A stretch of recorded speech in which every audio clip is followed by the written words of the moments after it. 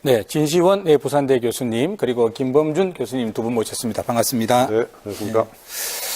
참 한동안 식물국회라는 소리 듣더니 말이죠. 요즘은 갑자기 또 동물이 됐습니다. 그 동물국회라는 또 신종 단어가 등장을 했습니다. 네, 패스트트랙을 앞두고 지금 국회에서 지금 뭐 경호권까지 발동되는 그런 상황이 빚어졌습니다.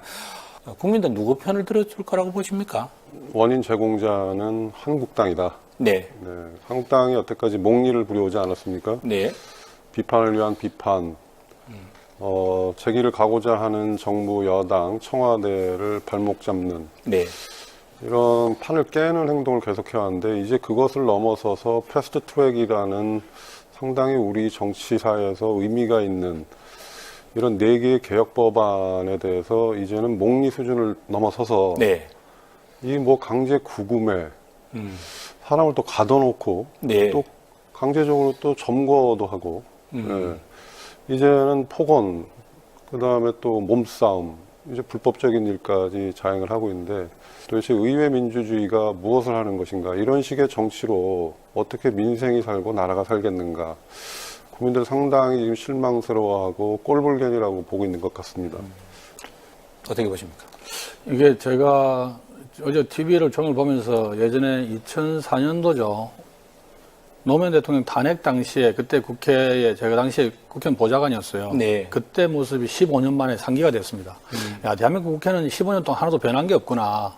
오히려 더 하구나 그때보다. 네. 어제 보니까 파우로도 등장하고 뭐 도끼도 등장하고 지금 우리 앵커께서는 어느 쪽이 잘못이 더 크냐 말씀하시는데 네. 일단 국정의 무한 책임을 지고 있는 쪽은 집권 여당이기 때문에 네. 집권 여당이 책임을 면키 어려울 겁니다. 다만 이제 한국당 쪽에서도 이게 국회 선진화법이기 때문이죠. 국회 선진화법은 심지어 몸싸움 방지법. 네. 그렇게 불리기도 했죠. 그렇죠. 네. 이런 식의 몸싸움을 방지하기 위해서 만드는 국회 선진화법이 2012년도에 만들어져서 지금 진 교수님 말씀하신 패스트트랙은 2015년도에 개정되면서 네. 시급한 민생 현안을 다루는 법안이 자칫 장기 표류화되는 걸 막기 위해서 패스트트랙을 지정했던 거고 네. 가장 최근까지 패스트트랙으로 지정됐던 법들은 뭐 김용균법 같은 거, 네. 사회적 참사 방지법, 그다음에 네. 유치원 3법 네. 이런 시급한 민생 현안을 다루는 법은 패스트트랙에 올려서 처리하는 게 맞을 겁니다. 근데 저는 어제 계속 보면서 어떤 생각이 드냐면 왜 집권 여당이 이 난리를 치면서 저렇게 할까? 도대체 지금 다루고자 하는 선거법은 국회의원들 배지 다루는 법이에요. 네. 그다음에 또 고위공직자 공수처법 이것도 네. 국민들의 일반 민생하고는 전혀 상관없는 고위공직자들 수사 관련한 법인데 실제 국민들하고 아무 민생하고 아무 관련이 없는 이런 법들을 왜 그렇게 몸싸움을 하고 난리를 치면서 처리를 하려고 하는지 이유를 모르겠어요. 결국엔 궁극적으로 이런 잘못들도 다 집권 여당의 책임을 지게 돼 있는 거죠. 네. 단초를 한국당이 제공하고 안 하고 문제가 아닙니다. 지금 국민들이 국회를 얼마나 우습게 보겠어요. 결국에는 이게 다 집권 여당하고 청와대 책임일 수밖에 없는 겁니다. 교수님 지금 민생과 관련 없는 사개법안이다 이렇게 말씀을 하시는데 사개법안이 민생과 심각하게 관계가 있죠. 선거법 제도가 비례성이 높아지고 사표가 줄어야지만이 정당 구조가 바뀌고 정당 구조가 바뀌어야지 우리 정치가 사는 것이고 이런 정치판이 있기 때문에 지금 이걸 바꾸기 위해서 선거제도를 개혁해야 되는 것이죠. 이게 안 바뀌고 있으면은 계속해서 우리 정치는 이 거대 양당 구조에 빠져서 늪을 빠져나오기 힘든 것이거든요. 그래서 이거는 분명히 민생과 아주 밀접하게 관계가 있는 부분이고 공수처 신설하고 검경 수사권 조정도 마찬가지입니다. 대한민국 민주공화국이라고 우리가 그렇게 외쳤었죠. 민주공화국에서는 모든 국민들이 동등한 권리를 누리는 곳입니다. 그런데 이렇게 특권이 판을 치고 그 특권자들이 진실을 덮고 은폐시키려고 하고 이런 것들을 막기 위해서는 검경 수사권 조정하고 공수처 신설은 반드시 필요한 것이죠. 이게 민생과 관계없다라는 말은 이해하기가 좀 힘듭니다. 국민들은 연동형 비례대표제가 뭔지도 몰라요. 이 선거제도가 어떤 방향으로 바뀌는지도 모릅니다. 이 법이 국민들이 내용도 모르는 법을 자기들끼리 만들어서 배지를 이쪽으로 옮길 것인지 저쪽으로 옮길 것인지 그런 내용을 얘기하고 있는데 이게 지금 당장 민생하고 관련 있는 법이에요? 아무 관련 없는 법입니다. 자기들 배지하고 관련 있는 법이지. 구체적인 내용을 인지하기가 좀 어렵다 그래서 그걸 통해서 우리 정당 구조가 바뀌고 정치가 바뀔 수 있는 것을 국민들이 모르기 때문에 거부한다, 민생과 관계가 없다는 얘기는 좀 듣기가 좀 어려운 부분이고요. 네. 이 말씀을 좀 드리겠습니다. 발목을 잡는 분들이 계시는데 정당이 있는데 발목 잡은 원인 제공자는 계속 2차적인 책임이 있을 뿐이다라는 얘기랑 1차적인 책임은 국정을 쥐고 있는 정부 여당과 청와대에 있다 이런 얘기를 계속 하시는데 저는 기본적으로 지금 우리 민주주의가 서로 존중도 하지 않죠. 대화도 하지 않죠. 타협도 없죠. 양보는 더더욱이 없습니다. 그럼 마지막 의결 수단이라는 건 다수결인데 이제 다수결마저도 거부하는 것이거든요. 사당이 합의해서 민주적으로 결정을 했으면 더 이상 대화와 토론이 안 된다면 다수결이라는 최종 수단이 민주적인 것이죠. 알겠습니다. 예, 이 대목에서 국민들의 생각은 어떤지 여론조사 한번 보시겠습니다. 일단 패스트트랙에 대해서는 긍정적 평가가 과반을 넘은 걸로 나왔어요. 부울경 지역, 우리 PK 지역에서는 반대로 또 부정적인 평가가 긍정적인 평가보다 높게 나왔습니다. 이에 대해서 나경원 원내대표죠. 한국당 크게 반발하기도 했는데 개혁 법안이라고 물어서 그래서 여론이 호도된 것이다. 또 이런 입장을 내놨습니다. 실제로 그렇다고 보십니까? 자유한국당을 뺀 여야 사당이 합의한 것에 대해서 어떻게 생각하느냐. 네. 자유한국당에 포함된 합의안이 나왔으면 어떻게 생각하냐. 이렇게 물어보면 결과가 완전히 달라졌을 거라는 얘기입니다. 그래서 지금 리얼미터가 묻는 방식에 따라 가지고 결과가 정말 엉뚱하게 나와요. 일단 긍정평가가 50%를 넘은 거에 대해서 일단 김 교수님은 부정적이고 아주 부정적입니다. 받아들이기 힘들다는 예. 입장이시고요. 어떻게 보십니까? 저는 이 정당들이 매번의 여론조사에 대해서 달면 삼키고 수면 뱉는 그러면서 자꾸 여론조사 탓만하는 이거에 대해서는 좀 문제가 있는 것 같고요. 한국당과 민주당의 진영 논리가 지금 상당히 강화되면서 네. 이 양대 진영으로 유권자들의 이 지지도가 지금 빨려 들어가는 거거든요. 그래서 나머지 정당들의 그 소수 군소 정당들의 지지율은 지금 감소하고 있습니다. 이런 상황인데 진영 논리가 강화되면서 이슈별로 지금 빠르게 의견이 지금 갈리는 것이거든요. 그래서 요동치는 것 같지만 여론조사가 그래도 그 안에는 우리 시민들의 여론이 반영돼 있다라는 걸 우리는 또 인정하지 않을 수 없다. 이 부분을 말씀드리고 싶습니다. 어떻게 보십니까? 지금 패스트트랙이 내년 봄까지 가서 실제로 연동형 비례대표제라든지 이런 부분들이 적용이 될 걸로 보십니까? 어떻게 보십니까? 저는 나경원 대표가 요즘 좀 말이 좀 너무 스스로의 퇴로를 차단하고 있다. 네. 이 원내대표는 자신의 말에서 활로를 여지를 남겨놔야 되는 것이거든요. 원내대표들은 악마와도 대화할 수 있는 그래서 정치를 복원해야 되는 것인데 예를 들어서 20대 국회는 없다 이러면은 앞으로 내년까지 1년 동안에 국회를 안 열겠다 그러면 도대체 이 나라의 국정은 어디로 가고 민생은 어디로 가고 그럼 대의를 스스로 부정하고 대표를 스스로 쳐버리는 이런 정치를 보면서 도대체 국민들은 무슨 생각을 할 것인가 여기에 대해서 우리 정치인들이 좀 심각하게 고민을 해봤으면 좋겠습니다. 그거 한번 보십시오 화면 앞에서는 가열차게 투쟁하고 이러는 것 같으면서 뒤에서는 자기들끼리 또 웃고 있어요. 이런 걸 보면 도대체 국민들이 도대체 저분들 뭐 하는 것인가. 짜고 치는 고수톱도 아니고 지금 상당히 국민 여론 안 좋다는 것을 우리 좀 국회의원들이 좀 인식하셨으면 좋겠습니다. 패스트트랙 내년 총선까지 무리 없이 가기 쉽지 않겠죠. 공수처법은 어떻게 진행될 수도 있을 겁니다. 공수처법은 지금 여당이 막 강하게 드라이브를 걸고 진행될 수 있는데 일단 선거법을 아무리 패스트트랙에 태워도 이게 최단 270일, 최장 330일 정도가 걸리는데 이게 내년 3월 달쯤이에요. 내년 3월 달쯤이면 내년 4월 총선을 앞두고 거의 예비후보 등록을 해서 열심히 선거운동하고 있을 때죠. 네. 이때 불과 선거를 한 달 앞두고 개정된 선거법 그걸 가지고 선거제 개편을 적용해서 지역구를 조정한다. 네. 현실적으로 불가능할 겁니다. 제 감으로는. 그리고 실제로 국회에서 조금 있어 왔다거나 정치를 해본 사람들은 다 이걸 느낄 게 지금 당장 선거구가 25개 정도 줄면 그 지역의 국회의원들이나 그 지역민들이 가만히 있겠어요? 아니, 그러면 그런 측면에서 보면 어차피 내년에 본회의에 상정된다 하더라도 이게 통과 안 될 거라고 보는 분들이 많으시단 말이죠. 맞습니다. 예. 예. 저는 좀 그러면, 말씀드리고 싶은데. 아니, 그럼 왜 그 한국당이 저렇게 막고 있죠? 안 막아도 되는 거 아닙니까? 기본적인 이유는 한국당은 선거제도가 바뀌고 선거를 치렀을 때 다수당이 될 수 없다. 예를 들어서 지금 바른미래당도 9명의 의원들이 한국당과 통합을 하든지 말든지 빼면은 민주당, 정의당, 평화민주당, 그 다음에 바른당에서 국민의당 계열까지 다 합치면은 민주개혁 진보 진영의 의원들이 상당히 많아지게 되죠. 이렇게 되는 게 지금 한국당으로서는 상당히 불안한 것이고 받아들일 수 없는 것이고 그런데 보수가 축소되고 고립될 것이다. 네, 그 부분에 대한 우려가 있는 것인데 선거제도가 개혁되는 것을 본질적으로 반대하는 초당적 차원에서 반대하는 건 한국당이죠. 민주당 의원 몇 분 가지고 그렇게 이 침소봉대에서 한국당 얘기는 쏙 빼고 그렇게 얘기하시면 안 되는 거고요. 그 부분은 좀 우리가 좀 얘기를 하고 가야 될 것 같습니다. 네. 이게 아까 우리 저 앵커분이 말씀하신 것처럼 네. 이게 빤히 선거제 개편안이 통과가 안 될 건데 왜 저렇게 할까? 네. 지금 제왕적 대통령제라고 해가지고 대통령이 무소불위의 힘을 가지고 휘두르는 걸 어떻게든 견제하기 위해서 강력한 야당이 필요한데 이 야당을 다 쪼개놓으면 한 야당이라도 반대하면 안 되는 거죠.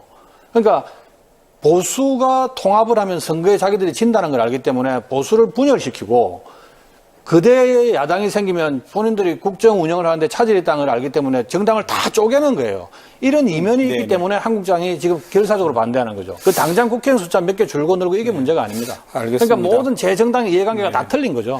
양당제의 기득권을 뺏기는 게 싫은 것이고 지금 양당제가 우리 정치를 이렇게 만들고 있지 않습니까? 지금 국회에서 전 난리를 치고 막장 정치를 보이고 있는데 그래서 다당제로 가자는 얘기죠. 그 며칠 전에 지지난주에도 우리 부산의 정치학자들 한 6분이 모여서 얘기를 했었는데 부산시민대학에 와서 한 분 빼고 나머지 분들이 다 다당제로 가는 게 교수님, 그렇게 한국 말씀하시면 안 정치를 됩니다. 바꾸는 이게 지금 지름길이라는 다당제가 합의가 나은지 있었어요. 양당제가 나은지에 대한 건 네. 확실히 검증된 바도 아니고 네. 그리고 실제로 정치 선진국이라고 하는 영국이나 미국이나 프랑스 같은 데서도 비례대표 제도 자체가 없어요.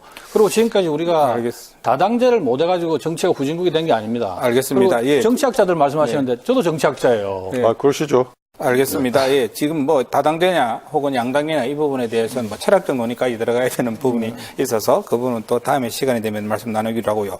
뭐 이런 와중에서 또 어제 국회의장실에서는 참 난감한 상황이 벌어졌다고 하지요. 저 대목이죠. 문희상 국회의장이 나가려고 하니까 임이자 의원이 앞을 가로막았고 뭐 이 와중에서 성추행 논란이 빚어졌습니다. 네. 뭐 아직 결혼도 안 했는데라고 또 송희경 또 의원이 모멸감을 줬다. 또 이채익 한국당 의원이 또 저렇게 이야기를 했단 말이죠. 이게 지도 못하고 울지도 못하고 이런 상황이 어제 벌어졌습니다. 이게 뭐 참 저분들이 국회의원 맞나. 어떻게 저럴 수 있을까 하는 생각했을 거면 상당히 국민들이 실망하시고 한국 정치가 이대로는 안 된다는 생각을 많이 하셨을 것 같습니다. 예. 네. 저는 어제 보면서 이게 사안의 본질은 가려지고 네. 내용이 너무 희화화되는 것 같다. 그래서 좀 답답하더라고요. 왜냐하면 이미자 의원 같은 분은 지금 자유한국당 보수정당의 어떤 보배 같은 사람이에요. 저 개인적으로 인연은 없지만 그런 얘기가 많습니다. 노동운동가 노동운동 오래 하신 출신이고, 분이죠. 네. 그다음에 또 경기도 안산에서 기초의원 하셨던 분이에요. 네. 그리고 경북 상주가 고향이신데 아주 정말 낮은 곳에서 성장한 입지전적 인물이죠. 동료 의원들이 임리자 의원을 두둔하는 과정에서 요새 말로 뭐 의문의 일패 이런 걸 당한 것 같은데 저는 말씀드리고 싶은 건 이 보수정당, 자유한국당 내에도 여성이나 뭐 또 노동계나 또 지방대 출신이구나 이런 상대적 약자들을 지지하거나 대변할 수 있는 인물들이 보수정당에도 있고 앞으로도 이런 분들이 더 많이 보수정당에 들어와야 된다고 생각합니다. 이번 일을 계기로. 알겠습니다. 문희상 의장이 또 병원에 입원해 있는 상황이라서 이 부분도 신경이 안 쓸 수가 없는 부분인 것 같습니다. 그런가 하면은 어제 박근혜 전 대통령의 형 집행 정지 신청에 대해서 법원이 결국 이제 불허 방침을 내렸단 말이죠. 편지 한 장이 요즘 화제입니다. 김무성 전 대표가 한국당 내 22명 복당파 의원들한테 보낸 편지인데, 박근혜 전 대통령이 스스로 부정을 저지를 성품이 절대 아니고, 혐의는 또, 억지스러운 데가 아주 많다. 그래서 형집행정지 청원에 함께 힘을 보탰으면 좋겠다. 이런 입장인데. 김무성 의원은 보수 쪽이 파멸되고 개멸당하고 몰락한 데 대해서 책임에서 결코 자유로울 수 없는 분입니다. 다들 그렇게 인식하고 있어요. 근데 박근혜 대통령 어제 말씀은 박근혜 대통령 탄핵을 주장은 하긴 했지만 사법 처리를 주장하지는 않았다. 이렇게 말씀하시더라고요. 옛날 연예인 중에 그런 분이 있었습니다. 음주는 했는데 음주운전 안 했다. 그러다가 아주 문매를 맞았죠. 네. 저는 김무성 의원이 저렇게 말씀하시는데, 좀 다른 뜻이 있다고 봅니다. 우선, 지금 결정적으로 지금 친박계하고 소원해졌었죠. 네. 김무성 의원이 계속 친박계하고 소원해졌는데 모적이라는 이야기까지 듣고 있는 맞습니다. 상황이니까요. 친박 네. 의원들은 공공연하게 김무성 의원을 비난을 해요. 네. 김무성을 비난하고 또 친박 그리고 또 박근혜 지지층은 김무성 의원에 대한 비난의 수위가 상당히 높습니다. 네.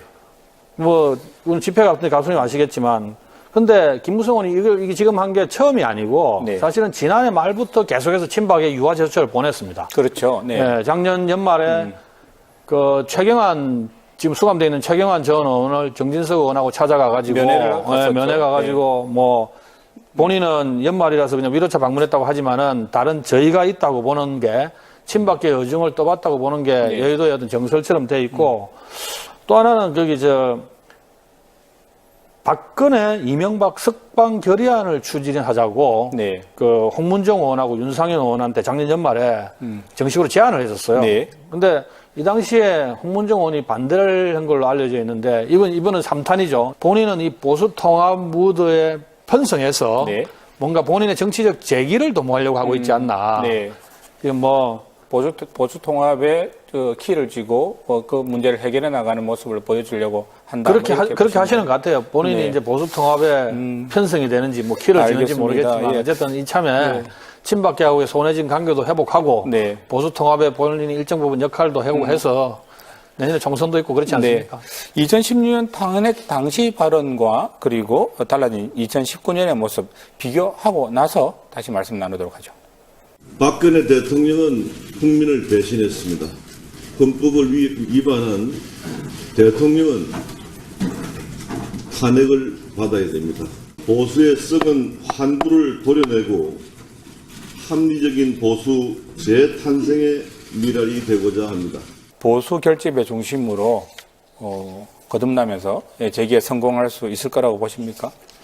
중심이 되기는 어렵죠. 네. 왜냐하면은 보수의 중심은 바른미래당이 못 됐고 바른미래당의 바른정당 계열은 지금 당을 나와야 되는 이런 상황입니다. 그래서 네. 중심이 되기는 어렵습니다.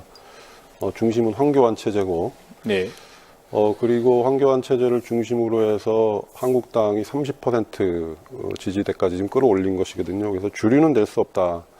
근데 이번에 뭐 형집행정지를 신청하는데 이제 뭐 서명도 하고 이런 행보는 원래 안 되리라는 것은 알고 있었죠. 국민 정서가 이렇게 안 좋고 그런 상황에서 해줄 수는 없는 것인데 이건 이제 그 박근혜 전 대통령의 지지층들을 좀 결집을 하고 더 중요한 건 이제 이 보수 대통합에서 박근혜 대통령을 탄핵했던 분들의 면피용이거든요. 그래서 그런 측면에서 좀 이해를 한다면 이 주류가 되기는 어렵다. 그리고 주류뿐만이 아니라 본인 스스로도 김무성 전 대표는 보수 재건을 위해서 내년 4.15 총선 안 나오겠다고 또 선언을 했었거든요. 그렇죠. 네. 근데 그 말을 또 어떻게 뒤집을 것인가 그 부분이 남아 있고요. 뒤집을 수도 있다고 보시네요. 네, 지금 뭐 이 상황에서는 뭐 뒤집겠다라는 의도가 좀 있으신 것 같고요. 지금 상황에서는 이렇게 활동을 하시는 우리 김 교수님 말씀하신 대로 지금 이제 세 번째 러브콜 아닙니까? 예, 주류에게, 보수 주류에게. 네. 자, 이번 일주일 한번 마지막으로 정리해 보는 의미에서 두 분께서 이번 일주일에 베스트 워스트를 한번 간단하게 이야기를 해주시는 걸로 그리고 또 그 이후에 대해서 아주 짧게 좀 설명해 주시는 걸로 마무리할까 싶습니다. 어떻습니까? 베스트 워스트 인물 어떻게 꼽으시겠습니까? 저는 그 베스트는 거의 뭐 죽은 줄 알았던 네. 패스트 트랙이 기상회생 사람은 아니지만 네, 다시 네. 살아났습니다. 네. 그게 이제 바른미래당이 있었고 네. 거기서 어차피 원내대표 역할이기 때문에 김관영 원내대표가 이래저래 지금 논란의 중심에 돼 있지만 네. 여기까지 끌고 오는데 기여를 한 주인공이다. 네. 그래서 패스트 트랙의 기사회생과 네. 그것을 실질적으로 가운데서 그 중심점 역할은 김관영 원내대표. 베스트로 꼽으시고 네네. 워스트로 꼽는 사람이 워스트는 계시다면 패스트 트랙이 이렇게 기사회생했는데 이거를 다시 네. 이제 완전히 수통을 끌어놓으려고 하는 네. 그럼 뭐 나경원 대표, 네. 그리고 한국당 의원들의 이 점거, 네. 감금, 이 폭력, 불법 네. 이런 것들이 저는 워스트가 아닌가. 이렇게 알겠습니다. 어떻게 보십니까? 이게 진 교수님하고 지금 정반대의 목소리를 내야 되는 게 참 혹시 답답합니다. 같은 예. 인물들이 나오는 거 똑같은 아닙니까? 인물들이 워스트 베스트로 바뀌네요. 예, 저는 먼저 베스트를 말씀드리자면 나경원 원내대표가 현재 베스트인 것 같아요. 어떤 어떤 의미냐면 나경원 원내대표 본인이 그렇게 대표성이 있거나 지금 아까 진 교수님은 전 국민의 밉상이 됐다고 말씀하시던데 뭐 그렇게 호평을 받거나 당내에서 엄청난 지지층을 갖고 있는 지도자가 아니었어요. 네네. 근데 묘하게 이번에 이런 일련의 과정을 거치면서 모르겠어요. 저는 개인적으로 그분이 학창 시절에도 그런 학생 운동을 해봤을까 싶은 생각이 있는데 네. 지금 거의 무슨 학생 운동 하듯이 국회 내에서 막 뭐 구호도 외치고 하는 걸 학교 다닐 보니까 때 학생운동 해본 적이 없으시죠? 뭐 모르겠어요. 근데 주분이 지금 아무튼 평가가 많이 바뀌었어요. 보수정당 보수의 내에서는. 나가라크라는 이야기가 지금 나오는 분인데. 네, 보수정당 내에서는 지금 평가가 상당히 많이 바뀌었고 어떤 분은 뭐 잔다라크 얘기도 하시더라고요. 나가라크 이야기가 나오는 그래서 이야기가 싶네요. 상당히 네. 평가 많이 바뀌었어요. 그래서 저분은 우선 베스트시고 그러면 베스트고 월스트는 딱 반대입니다. 지금 저기 그 원내대표죠. 김관영 원내대표. 김관영 원내대표 제가 왜 월스트로 꼽았냐면 네. 그 사보임 논란에서도 보는 것처럼 기본적으로 본인이 기존의 국회 모든 관행을 다 깨부수고 있어요. 기존의 국회의 관행은 선거법 관련해서는 만장일치가 전제했는데 그것도 깨부쉈죠. 사보임 관련해서는 지금 법을 어겨가면서 특별한 어떤 질병이나 어떤 정말 네. 특별한 이유가 없는 한 개인 국회의원의 의사를 존중해 주는 건데 그것도 다 깨부쉈죠. 네. 이 부분에 있어서 아마 오늘 제가 듣기로는 오후 5시에 그 바른미래당 긴급 원내 의총을 한다고 하는데 본인도 이 부분에 대해서 책임을 질 거고 책임을 물어야 되고 지금 진행되고 있는 패스트트랙과 관련한 이 국회 동물국회가 만들어지게 되는 데 대해서 나중에 역사에서 두고두고 이 사람은 아마 문제에 대해 지적을 당할 수밖에 없을 겁니다. 이주의 워스트 정치인 같아요. 네. 김관영, 나경원이란 두 인물을 두고 전혀 다른 해석을 해주시는 두 분 교수님 이야기 오늘 들었습니다. 시청자 여러분들께서는 어떻게 판단하시는지요? 오늘 토론 임해주셔서 대단히 고맙습니다. 네, 30분 후 방송되는 KNN 뉴스 아이에서는 곰탕집 성추행 사건 항소심에서도 피고인 남성에게 유죄가 인정됐습니다. 강소라 기자가 자세한 내용 전해드립니다. 인플루엔자 환자 확산 속도가 정말 심상치 않습니다. 일선 학교와 요양시설 등이 비상입니다. 표준기 기자가 현장을 돌아봤습니다. 이어지는 KNN 뉴스 아이도 많은 시청 바랍니다. 시사만사는 다음 주 화요일에 다시 찾아뵙겠습니다. 편안한 밤, 즐거운 주말 되십시오.